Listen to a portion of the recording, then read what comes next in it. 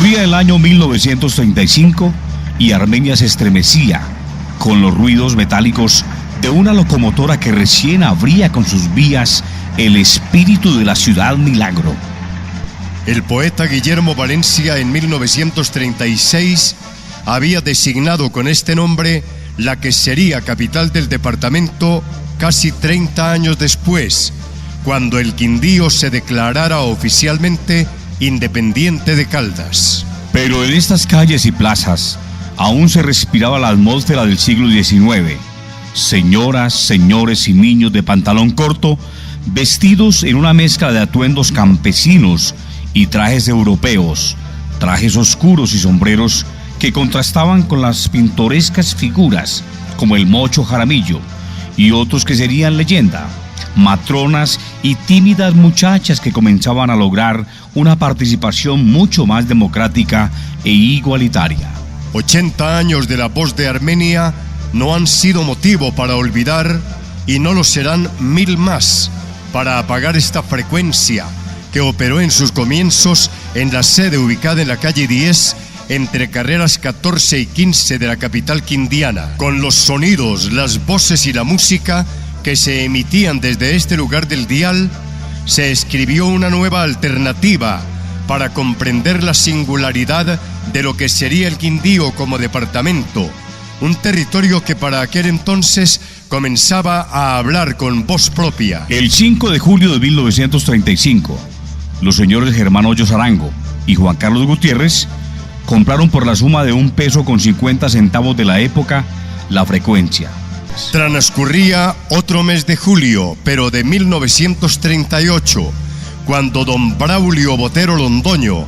uno de los fundadores del Cementerio Libre de Circasia, adquirió los derechos de la voz de Armenia en 2.450 pesos de la época, que luego vendió a don José Manuel Toro Echeverri el 28 de abril de 1948. La historia cotidiana y la realidad política que aparecían en las páginas del vespertino Satanás, como se conocía al diario local, que llegaba a todos de las manos de voceadores descalzos que se aventuraban en las tardes armenias a llevar las noticias frescas de estas tierras, de Bogotá y de otros lugares lejanos más allá del mar. La voz de Armenia, que 10 años antes de la constitución del departamento del Quindío, emitió por primera vez para Caldas en el dial de los 9.549 kilociclos, onda corta y banda preferencial de 31 metros, fue testigo sonoro de los hechos que hacían palpitar la vida de los años 30. Una vida que tendría su mayor sobresalto con la muerte de Jorge Eliezer Gaitán el 9 de abril de 1948 y que fue reportada a través de los micrófonos de la Radio Nacional, entregando a la audiencia los hechos que tuvieron graves impactos en la ciudadanía de la ciudad milagro de Colombia. Las noticias de la violencia pasarían a ser cotidianas desde ese momento también en nuestro territorio local. A través de las transmisiones radiales recibimos la mejor clase de geografía colombiana con la vuelta al país, narrada desde transmóviles que recorrían el territorio nacional, tras la huella de los escarabajos que surcaban por polvorientas vías en las que dejaron huella periodística y ciclística los hombres como Eucario Bermúdez y Ramón Hoyos. 1951 fue el año en que nuestra querida estación radial sirvió como testigo y amplificador de la alegría que producía en nuestro departamento la inauguración del emblemático Estadio San José, escenario del que surgieron las noticias y los relatos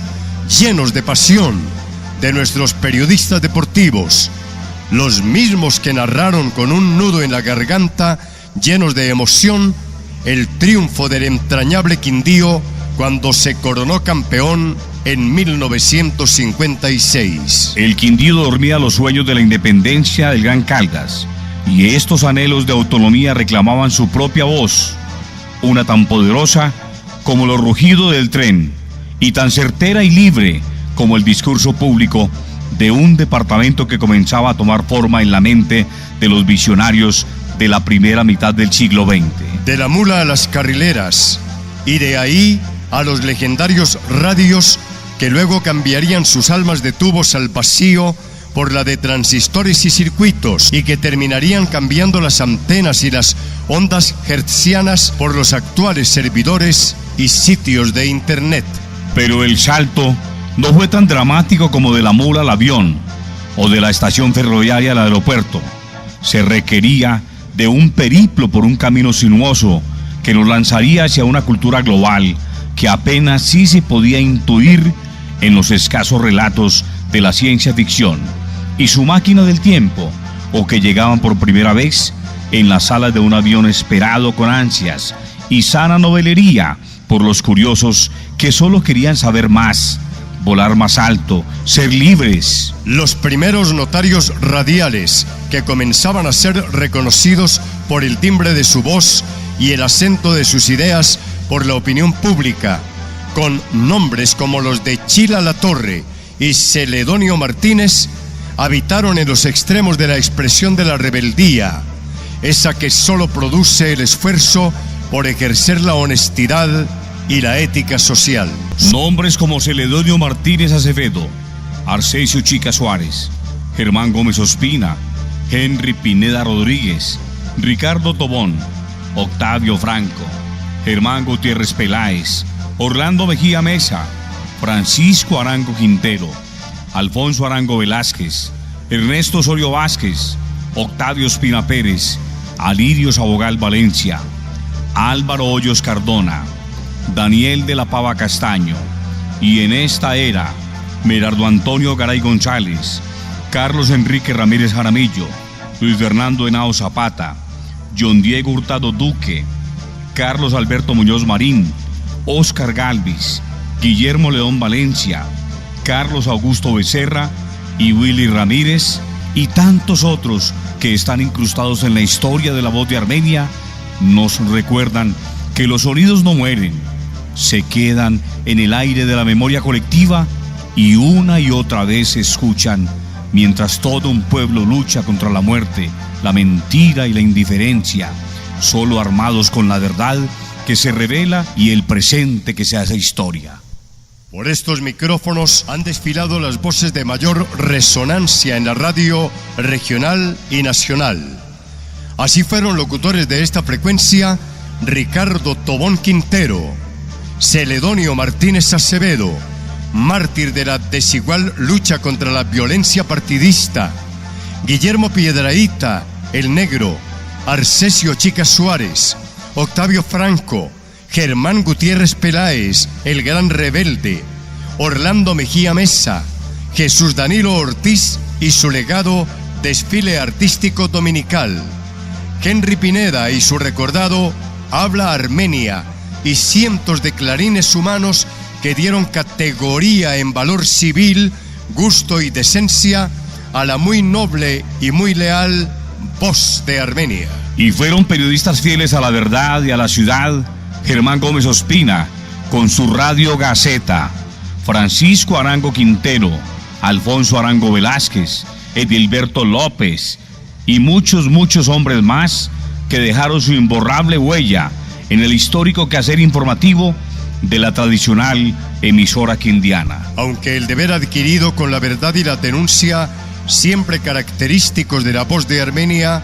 desencadenaron hechos repudiables de intolerancia y violencia política, como el acaecido el 11 de diciembre de 1959 con el asesinato de Celedonio Martínez Acevedo, quien pagó con su vida la valentía de denunciar en el noticiero Radio Gaceta al gobierno caldense por su silencio ante la muerte de 20 campesinos en Planadas, a 2 kilómetros de Córdoba. Aún los ecos de su editorial Silencio retumbaban como una de las tragedias del periodismo nacional y como el manifiesto según el cual la objetividad y el deber con la opinión pública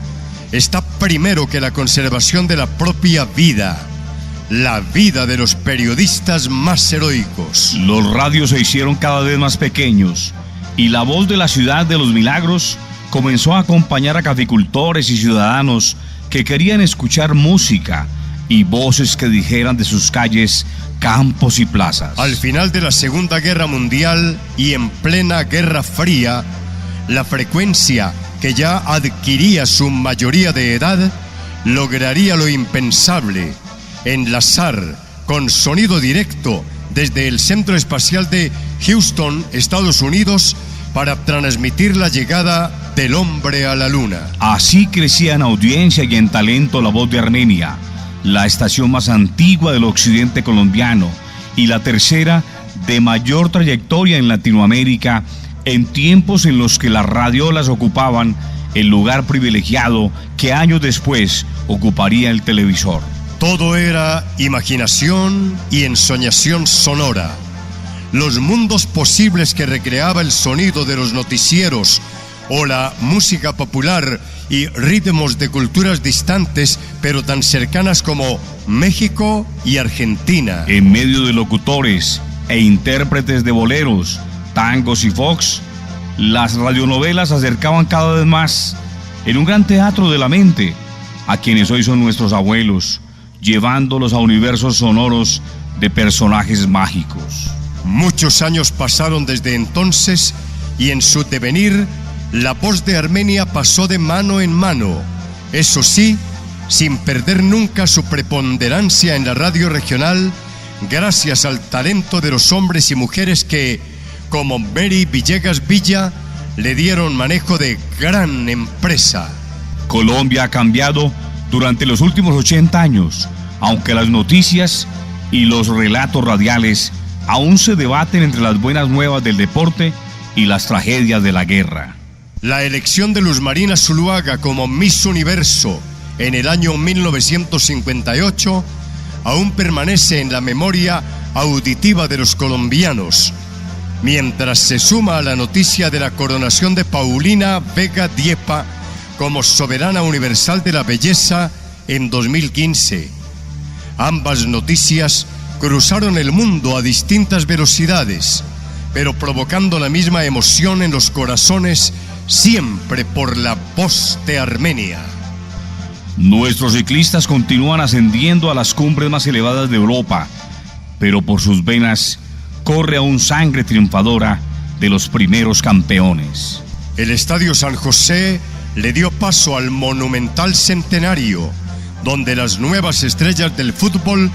brillan en un jardín deportivo que ha sido escenario de las más emocionantes contiendas continentales y nacionales. Muchos de los que fueron niños maravilla en los tiempos dorados del Quindío. El señor Germán Peláez, alias Bigote, locutor de Armenia, muy nombrado de La Voz de Armenia, comenzó así como sus fieles hinchas, hoy escuchan los triunfos de James y Falcao con la misma pasión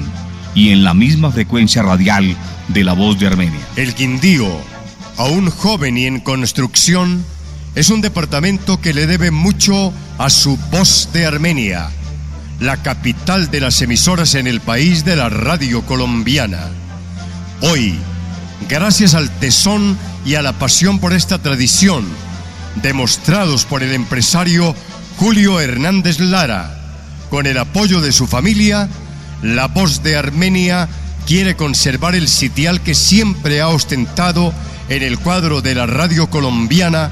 como la vocera auténtica de la ciudad y su gente, del civismo y sus banderas, del deporte y sus metas, del comercio y su misión, del gobierno y sus proyectos, de los amores y sus nostalgias, de los jóvenes y sus sueños. Esta casa radial rinde tributo